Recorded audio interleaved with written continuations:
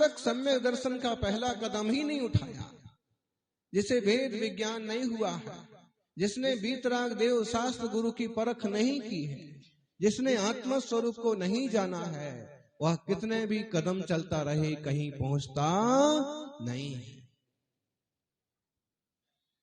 तट पर बैठे बैठे हाथ कहां कुछ आएगा, किनारे पर बैठने वालों को हाथ कुछ नहीं आता है, लेकिन रत्न मिलेंगे, मोती मिलेंगे तुझको निश्चित जब सागर की तह में जाएगा। सागर की तह में जाए, किनारे पर बैठ करके ज्यादा लाभ नहीं होता है, क्योंकि किनारे बैठने वालों को इतना तो लाभ हो ही जाता है कि ठंडी ठंडी हवाओं का आनंद मिल जाता है। धर्म सभा के किनारे बैठने वाले, धर्म सभा में सिर्फ उपस्थिति देने वालों को भी इतना तो लाभ हो ही जाता है कि जाते जाते प्रसादी, लेकिन जो उसमें डूबते हैं, डूब करके आनंद लेते हैं, उनका जीवन कायाकल्प हो जाता है। सौभाग्यशालियों, कुछ ना आया हाथ, आज तक हमारे हाथ यदि कुछ नहीं आया है, आज तक भी हम संसार में परिभ्रमण कर रहे हैं, तो निश्चित रूप से कि अभी तक कोशिश अधूरी है। और चाहे जितना भी हो मुश्किल, पहला कदम जरूरी है। सम्यक दर्शन का पहला कदम उठाएं। मरुभूति का जीव हाथी की पर्याय में चला गया, उसका पूरा प्रसंग आपने सुना होगा।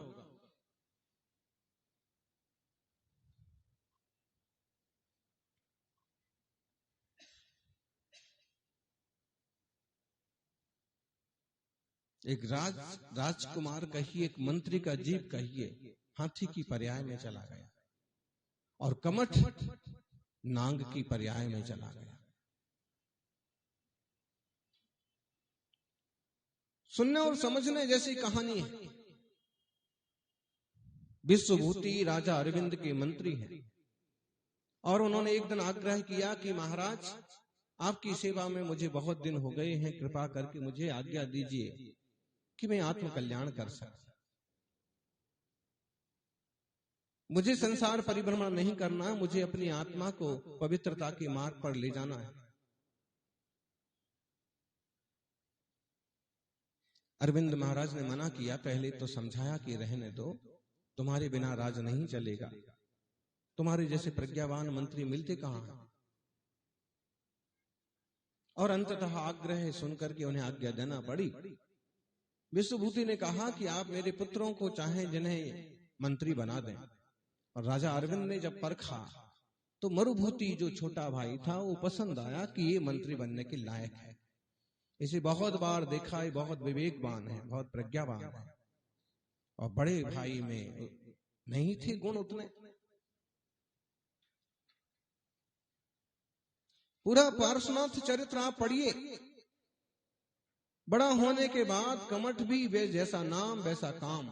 नाम अच्छे रखिएगा, क्योंकि कई बार नाम के अनुसार लोगों की वृत्तियां हो जाती हैं।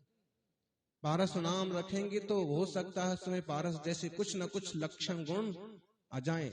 शांति नाम रखेंगे तो उसमें कुछ न कुछ शांति आएगी कि नहीं आएगी? आती है। और संत नाम रखेंगे तो संत बने न बने, संत की सेवा करने वाला तो बन ही जाएगा। नेम राम, नेमनाथ भगवान का नाम। देव, अशोक, ऋषभ, अजित, तीर्थंकरों के ऐसे कोई नाम रखिए आगामी पीढ़ी के, ताकि कभी उन्हें अपना नाम सुनकर के भी बोध हो कि मेरा नाम क्या है। और जीवन में मुझे ऐसा कुछ नहीं करना है कि जिस नाम पर कलंक हो। कमठ का नाम ही कमठ है, कंस का नाम ही कंस है, रावण का नाम रावण है। बताइए, नाम का भी थोड़ा तो असर पड़ता है। कई बार नाम से लोगों की वृत्तियां बदल जाती हैं और कई बार लोगों की वृत्तियों के हिसाब से नाम बदनाम हो जाते हैं।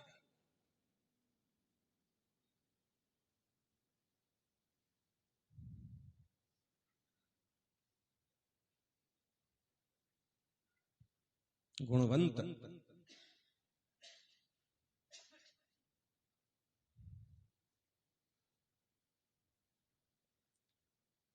आत्मार्थी हो। मरुभूति मंत्री चुना गया। अब कमठ को बहुत तकलीफ हुई, बहुत दुख हुआ।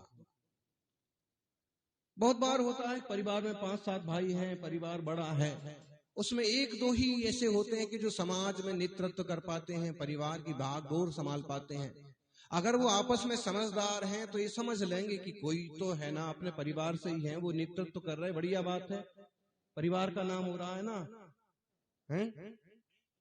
जब खंडा का बोलते हैं तो एक आदमी का नाम थोड़ी आता है, 7 पुश्तों तक का नाम आ जाता है।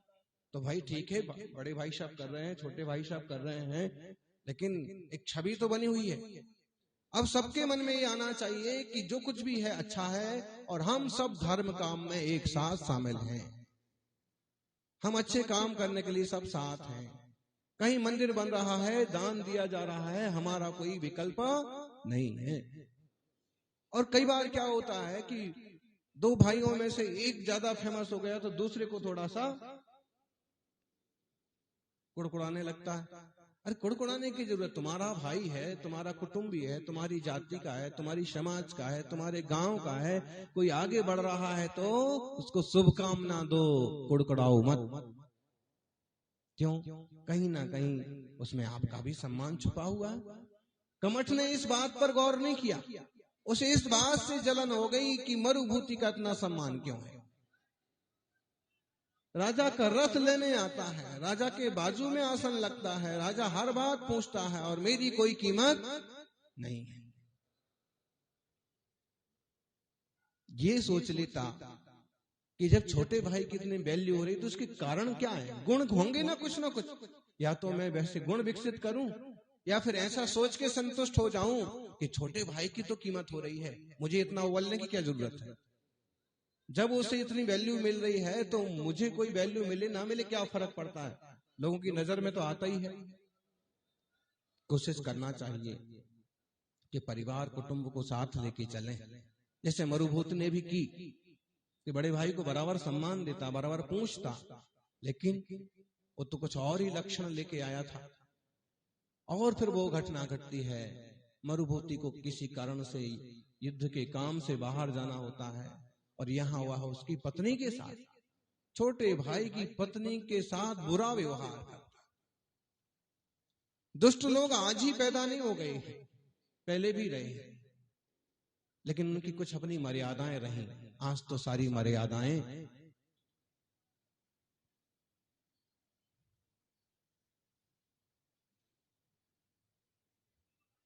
आज तो लिव इन रिलेशनशिप जैसी गंदी चीजें, और चाहे कितनों का जीवन बर्बाद हो फिर भी चालू है। लव जिहाद जैसी चीजें, ये जो अभी कांड हुआ है ना, सबको कान पर आ गई होगी बात। कोई श्रद्धा नाम की लड़की के 30-35 टुकड़े कर दिए, किसने? उसके साथ रहने वाले ने।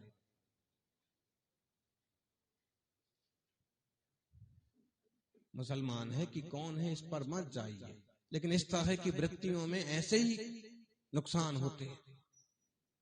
अपनी वृत्तियों को संभालना जरूरी है।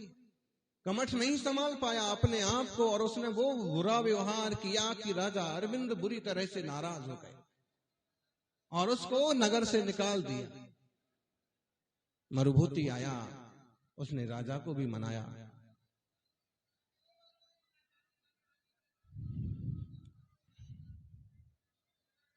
भाई है, क्षमा कर दीजिए। राजा ने कहा इतना बड़ा अपराध करने के बाद भी तू क्षमा की बात करता। जो भी है, लेकिन मेरा बड़ा भाई है, आप मुझे सिर्फ आज्ञा दीजिए, मैं मना करके ले आऊंगा। वो मनाने को क्या जाता है, मनाता भी है, लेकिन उसका अहंकार, उसका क्रोध आसमान पर टंगा था। बड़ा सारा पत्थर उठा करके तप कर रहा था। तपस्वियों के आश्रम से जुड़ करके अपने आप को बड़ा तापस समझने लगा था और क्रोध में, आक्रोश में मनाते हुए मरुभूति के ऊपर उसने बड़ा सारा पत्थर दे मारा। तू नहीं मानता है, नहीं घर जाता है, नहीं मेरा पीछा छोड़ता है, इतना बदनाम कर दिया, इतना मुझे नुकसान पहुंचा दिया, तू मंत्री बन गया, मुझे तिरस्कृत कर दिया, तरह तरह की बातें, जबकि उसका कोई रोल नहीं है। ऐसे ही लगता है हमें कि इसने किया, इसने किया, लेकिन ध्यान रखना किसी के करने से नहीं होता है। जब तुम्हारा अपयश नाम कर्म का उदय होता है तो तुम्हारा अपयश होता है, दूसरा कोई निमित्त बनता है। भला होना हो तो जरा सा कोई करने वाला मिल जाए और भला हो जाता है, बुरा होना हो तो जरा सी विपरीत परिस्थिति मिलती है तो बुरा हो जाता है।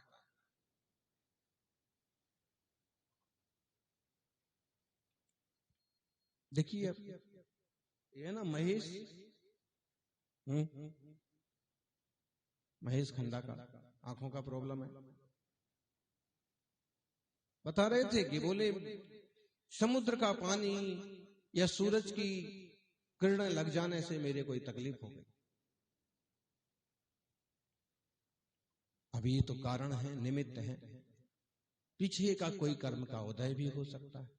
अब इतना अज्ञानी तो कोई नहीं है कि पारसनाथ जब राजकुमार अवस्था में है तो भी बता देते हैं कि इस लक्कड़ के अंदर जीव है, नाग नागिन जल रहे हैं। अब इतना अपने को ज्ञान नहीं है कि पिछला कौन सा कारण है, पिछले जन्म का कौन सा कारण है। बड़ा छोटे से कारण से इतनी बड़ी घटना कैसे हो सकती? कहीं ना कहीं कर्म के उदय भी। इसलिए गुरुदेव प्रेरणा देते हैं कि पुण्य करना, पुण्य करते रहोगे तो पाप घटते जाएंगे, कटते जाएंगे, जीवन मंगलमय बना रहेगा। किसी पुराने कर्म के कारण से कोई दुर्घटना भी घट जाएगी तो तुम्हारे साथ दो चार ऐसे लोग खड़े रहेंगे कि तुम्हें उसकी ज्यादा तकलीफ नहीं होगी, सहजता बनी रहेगी, शांति बनी रहेगी।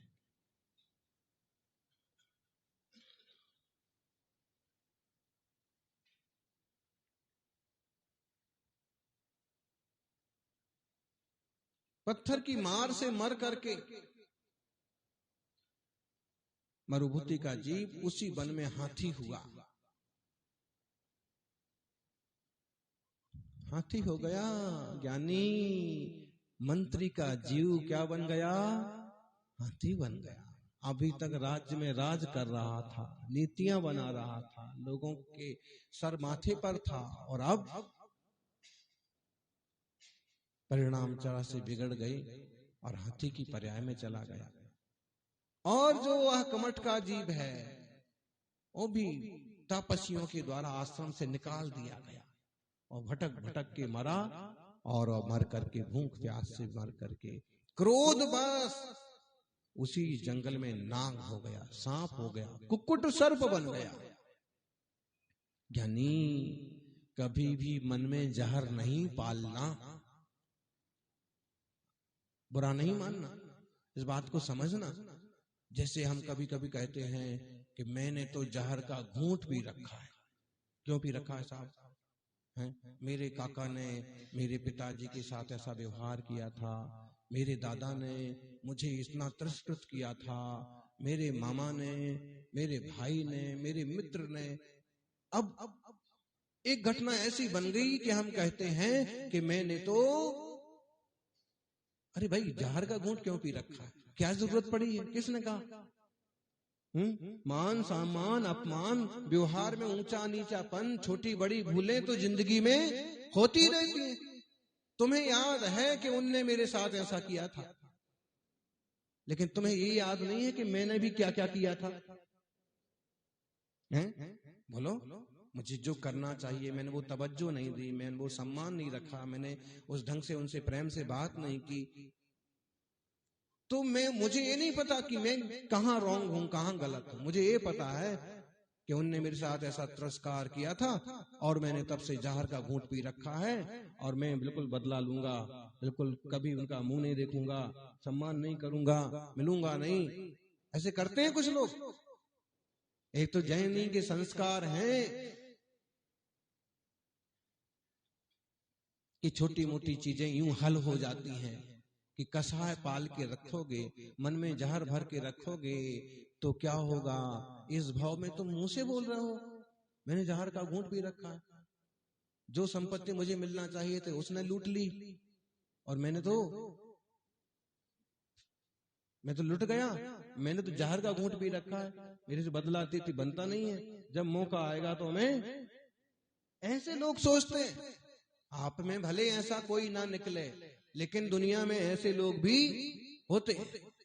और जिसने ऐसा जहर का घूंट पी रखा है ना, वो अगले भाव में क्या होने वाला है, क्या होने वाला। अरे यहां वैसा जी रहा है, यहां वैसा बोल रहा है, तो अब बनेगा क्या। As you think so you do। जैसे आप सोचते हैं वैसे आप बनते हैं, हो जाते हैं।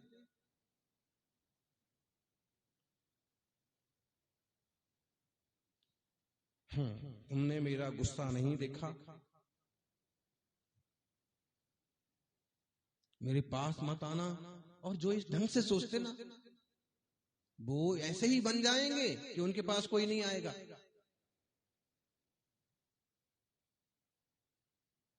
शेर की पर्याय में लगी,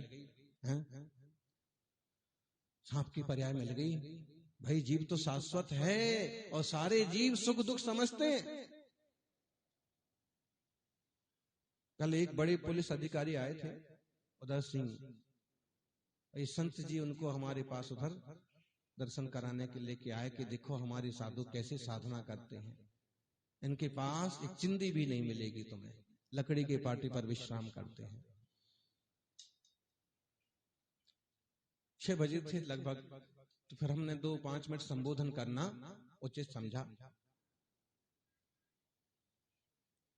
और जब हमने कहा कि अपन चैतन्य स्वभाव वाले जीव हैं, ज्ञान और दर्शन अपना स्वभाव है, बाकी ये सब उड़ा हुआ है, जैसे कर्म के उदय से मिला हुआ है। आश्चर्य में पड़ गए, बोले सारी बातें सुनी लेकिन ऐसी बातें मैंने पहली बार सुनी है। हम तो सिर्फ देह के पोषण में लगे हुए हैं, आत्मा की तो कोई फिक्र ही नहीं कर रहा। फिर हमने कहा कि प्रत्येक जीव जो जो चलते फिरते हैं, जानते देखते हैं, वो सब जीव हैं और जीव अपने कर्म से नए पुराने जन्म लेता है, जीता है, मरता है, नए नए शरीर मिलते हैं। जानवर भी जीव है, इसलिए जानवर को भी कष्ट नहीं देना चाहिए, मांस नहीं खाना चाहिए, शराब नहीं पीना चाहिए। इसी प्रसंग में उन्होंने सुनाया कि सच में अगर अपन बुरा करते हैं, बुरा सोचते हैं तो अपना बुरा होता है। बोले कि मैं अमुक जगह पोस्टेड था, थानेदार, वहां बंदर बहुत थे और बंदर जो है कूदते थे तो नुकसान होता था, फल का, झाड़ का, तीन टप्पर का। तो एक दिन मुझे बहुत गुस्सा आया और मैंने कहा कि इन सारे बंदरों को भर करके ना गाड़ी बुलाओ, भर करके सबको कहीं दूर छोड़ के आओ। पक्का कर लिया, गाड़ी बुलाने के लिए सूचना भेज दी जिसमें बंदर भरे जाते हैं।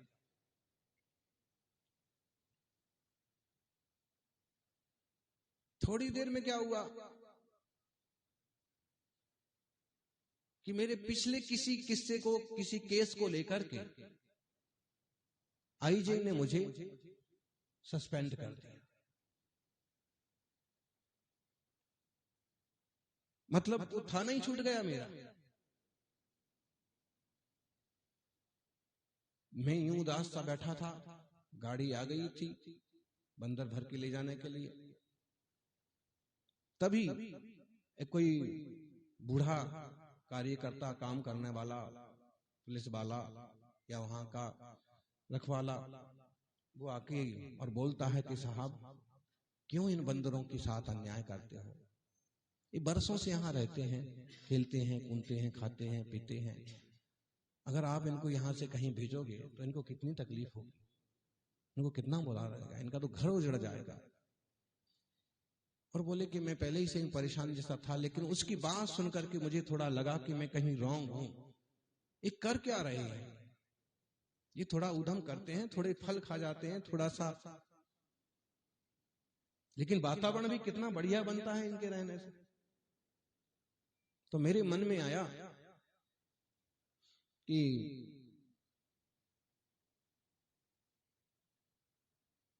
अपने को थोड़ा सोच लेना चाहिए।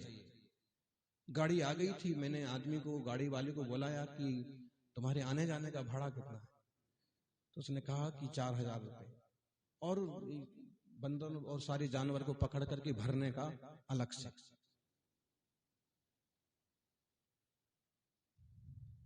तो बोले हमने 4000 रुपए निकाल के उसे दे दिए कि कोई बंदर नहीं पकड़ना है, तुम अपनी गाड़ी लेकर के यहां से चले जाओ। मैं यूं परेशान था सस्पेंड होने से, लेकिन जैसे ही मैंने यहां ये कैंसिल किया, थोड़े ही समय में मैसेज आ गया कि तुम्हें बहाल किया जाता है। मतलब कर्म के उदय या भाव इतनी तेजी से काम करते हैं।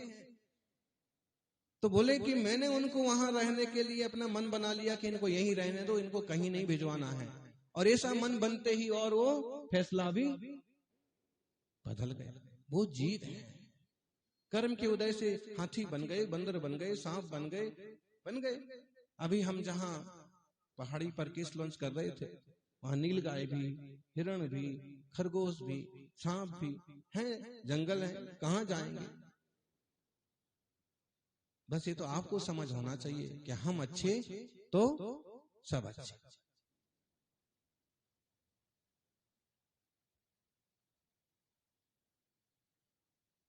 हाथी बन गया, अब हाथी क्या करेगा, लेकिन वो पिछले जन्म के संस्कार तो थे, वही मंत्री के संस्कार।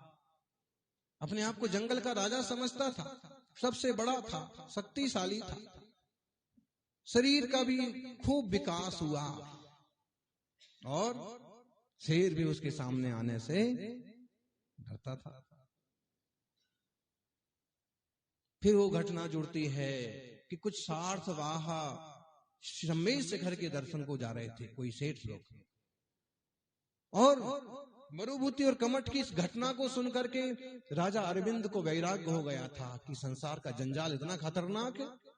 भाई भाई की पत्नी के साथ अन्याय करता है, दुष्टता ऐसी होती कि भाई भाई को ही मार देता है। ऐसे संसार में मुझे नहीं रहना। और राजा अरविंद जो थे मुनि बन गए थे। और जब वो संघ निकला सेठों का, शिखर जी की यात्रियों का, तो उन्हें आग्रह किया कि मुनिराज हमारे साथ शिखर जी की वंदना को चलिए। यानी श्रावक निवेदन करते हैं मुनिराज से कि आप शिखर जी की वंदना को पधारो, गिरनार जी की वंदना को पधारो, असरौल के पंच कल्याणक को पधारो, वापिस हमारे नगर पधारो।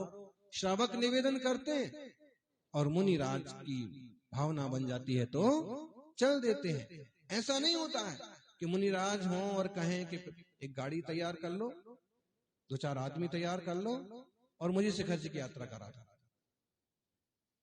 जिसमें दम नहीं है, ये अलग बात हो गई। श्रावक आग्रह करते हैं कि आपका चतुर्मास यहाँ अच्छे से संपन्न हुआ, हम आपकी महावीर जी की, शिखर जी की, गिरनार जी की यात्रा करवाएंगे, हम भी साथ में करेंगे, हमारे साथ आप पधारेंगे तो आपको आहार देने का हमें रोज सौभाग्य मिलेगा। इस तरह से हमारी गुरु उपासना नाम की भक्ति होती रहेगी। ये विधि है। श्रावक जो चौका लगाते हैं वो मुनीश्वरी के लिए नहीं लगाते हैं, चौका तो शुद्ध भोजन करते हैं इसलिए लगाते हैं, लेकिन मुनि की उपासना करना प्रत्येक श्रावक का कर्तव्य है। सो हर रोज शुद्ध भोजन बना करके पड़गाहन करते हैं, और मुनि होते हैं तो पड़गाहन आसान हो जाता है। अरविंद मुनिराज ने भी मन बना लिया कि चलते, और फिर वो जंगल आया। फिर वो मरुभूति का जो जीव, जो हाथी था, उसने जब इतना बड़ा संघ देखा कि ये सारे जंगल के विस्तार को घेर लिया है, इतने सारे लोग हैं, इतना कोलाहल है, उसे आक्रोश आया कि मेरी आज्ञा के विरुद्ध मेरे क्षेत्र में कोई कैसे घुस आया। जानवरों में भी क्षेत्र की लड़ाई होती है, विधायक और सांसद में ही नहीं होती है। जमीन जायदाद को लेके भाइयों में ही नहीं होती है। क्योंकि ऐसे समझदार भाई भी मिलेंगे कि सोच लेते हैं कि छोटे के पास रहे कि बड़े के पास रहे, फर्क क्या पड़ता है तो परिवार में है। उसके पास रहेगी तो वो सुखी रहेगा, उसके पास थोड़ा ज्यादा रहेगा तो तकलीफ क्या है। ऐसे भी मिल जाएंगे। नहीं तो क्षेत्र को लेकर के कुत्तों में और सांडों में भी लड़ाई होती है और इंसान में भी लड़ाई होती है। तो बताओ, इंसान, कुत्ता और सांड में बड़ा कौन, अंतर क्या हुआ? वही वहां हुआ।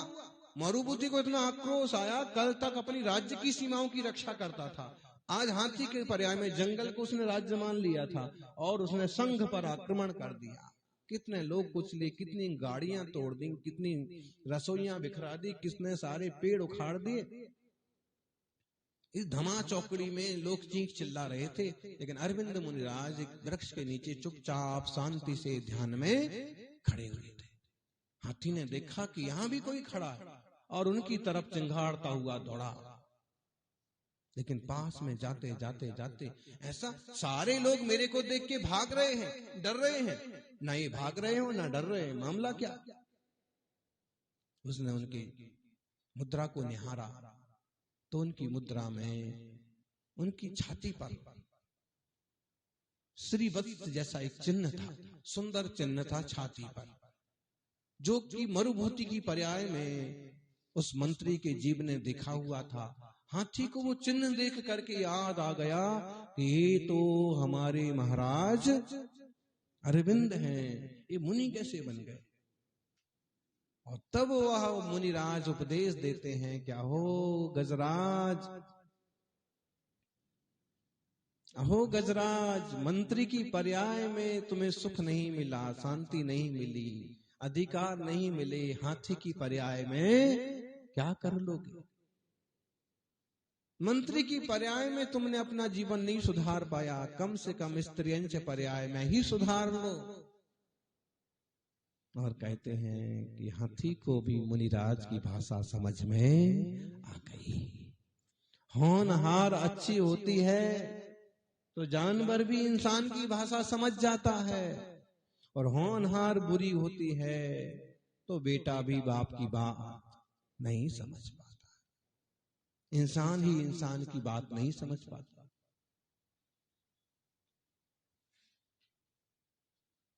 शांत हो गया।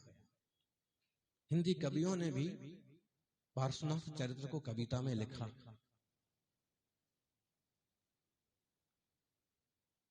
बड़ी सुंदर कविताएं बनाई कि अब वह हाथी जो है मुनि का उपदेश पाकर के 5 अणुव्रत का पालन करता है, बिलोड़ा हुआ पानी पीता है, सूखे पत्ते खाता है। क्यों? छान तो सकता नहीं है, पानी उबाल तो सकता नहीं है, तो जो पानी बिलोया गया है उसे प्रासुक मान लिया। जो पत्ते सूख गए वो अचित्त हो गए, वो खा सकते हैं। अब कोई रोटी बना के खिलाने वाला थोड़ी है। लेकिन ऐसा हुआ कि जब हाथी की सारी वृत्तियां बदल गईं, तो कई सारे बंदर जो हैं उसके दोस्त बन गए। वे सूखे पत्ते ढूंढ ढूंढ करके लाते। हाथी कमजोर हो गया, एक जगह पड़ गया, तो जो मित्र थे, बंदर थे, तो उसका चलना फिरना कम हो गया। जो खाना है वो ना मिलेगा तो क्या होगा?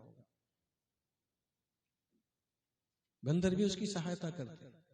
और एक दिन पानी पीने के लिए धीरे धीरे जैसे उतरा, कीचड़ में फंस गया। फंसे हुए हाथी को देख करके वो जो पिछले जन्म जहर पी रखा है, नाग बन गया है, और उसने उछल करके उसके माथे पर दंश किया। हाथी तिलबिला करके मर गया, चीखने लगा, चिल्लाने लगा। और जब बंदरों ने ये आवाज सुनी तो गुस्से में उन्होंने सांप को कुचल कुचल के मार दिया। 10 भाव तक चलता है। खूब शांत परिणाम से यह जीव हाथी का देह छोड़ करके स्वर्ग में देवता हुआ, और यह जो है नाग मर करके नरक का नारकी हुआ। फिर वह देव पर्याय से आता है, फिर राजा बनता है, राजकुमार बनता है, यह भी जन्म लेता है, नाग बनता है, अजगर बनता है।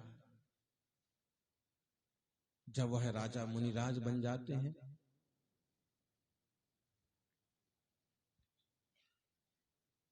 तो अजगर पूरा का पूरा उन्हें निगल जाता है। 10 भाव तक ये क्रम चलता रहता है। वो तपस्वी बनते हैं अंततः राजा बन के, और यह फिर उन्हें मारता है। 10 भाव तक चलता है। 10वें भाव में वो बनते हैं महिपाल राजा। महिपाल राजा थे बामा देवी के पिता। मतलब है कि जो ये इसे पाखंडी सन्यासी का रूप जिसने पा लिया है वो कौन है? पारस कुमार के नाना। बताइए, अगर होनहार बुरी हो तो अपने घर के रिश्तेदारों को सुधारना भी मुश्किल है। आप सब यहाँ आयोजन में शामिल हो रहे हैं, लेकिन एक व्यक्ति ऐसा भी होगा कि आपसे संबंधित होने के बाद भी वो लाभ नहीं ले पा रहा। आपकी इच्छा भी है, लेकिन क्या करें, उसकी होनहार नहीं सुधर। सौभाग्यशाली संसार ऐसे ही चलता है। इस दुख और जंजाल से भरी हुई संसार में देखिए तो क्या से क्या हो जाता है। अपन इस मनुष्य पर्याय में विराजित हैं। ऐसा कुछ करें जिससे जन्म मरण का फेर मिट जाए। धन्य है वह मुनियों की विशुद्ध दशा जिसमें जंगल में साधना करते हैं, जन जन के कल्याण का विचार करते हैं, अपने हाथ से किसलौंच करते हैं।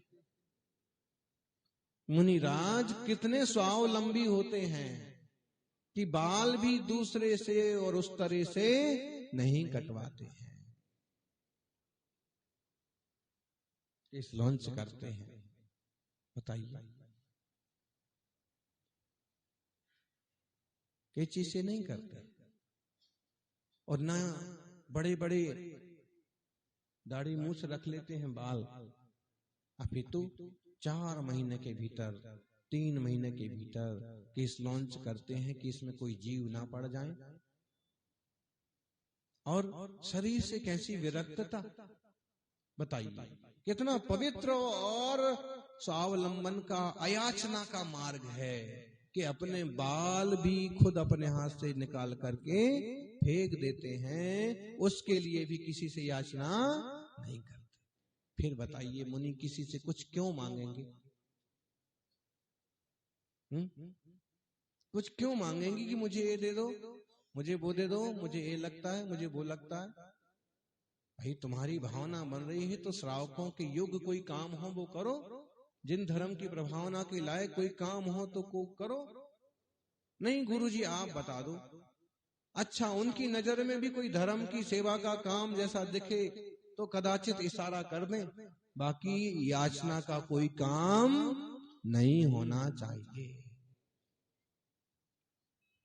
अभी एक श्रावक आए, खूब आग्रह कर रहे थे, खूब आग्रह, खूब। तो हमने उनको यही कहा फिर कि भाई मुझे एक पांव से ही विहार करना है, खड़े होकर के अंजलि में एक बार ही आहार करना है, और चाहिए क्या है, कुछ तो बताओ। क्या बताएं?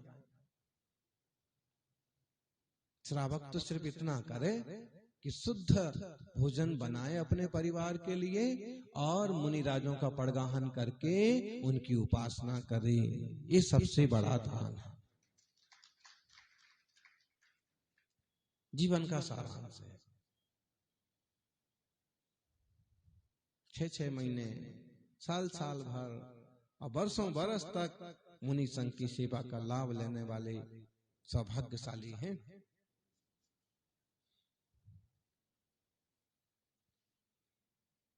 प्रभु पारस का गर्भ कल्याणक हुआ, जन्म कल्याणक हुआ।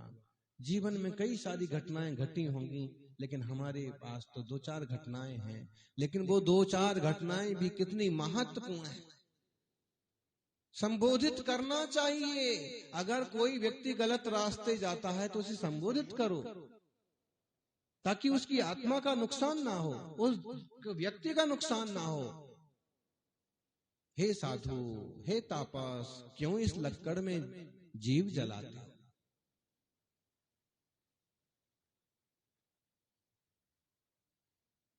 और उपकार नहीं छोड़ना, वो नाग नागिन क्यों ना हो। अवसर मिले तो उन्हें भी नमोकार मंत्र सुना देना। अपने कर्म के उदय से वो ऐसी पर्याय में है, तुम क्यों घृणा करते हो?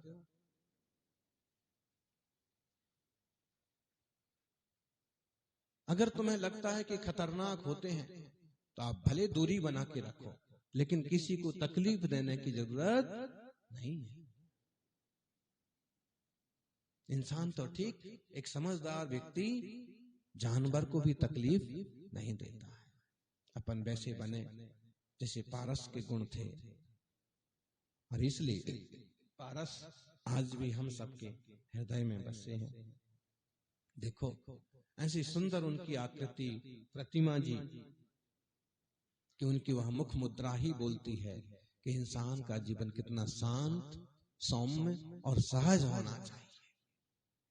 जो व्यक्ति सम्यक दर्शन ज्ञान चरित्र की आराधना करता हुआ स्वरूप की पहचान करता है, वह भव से पार चला जाता है। और ये जिन शासन तो ऐसा है कि सुलझे पशु उपदेश सुन, सुलझे क्यों ना कुमान, नहरते भई वीर जिन गज पारस भगवान।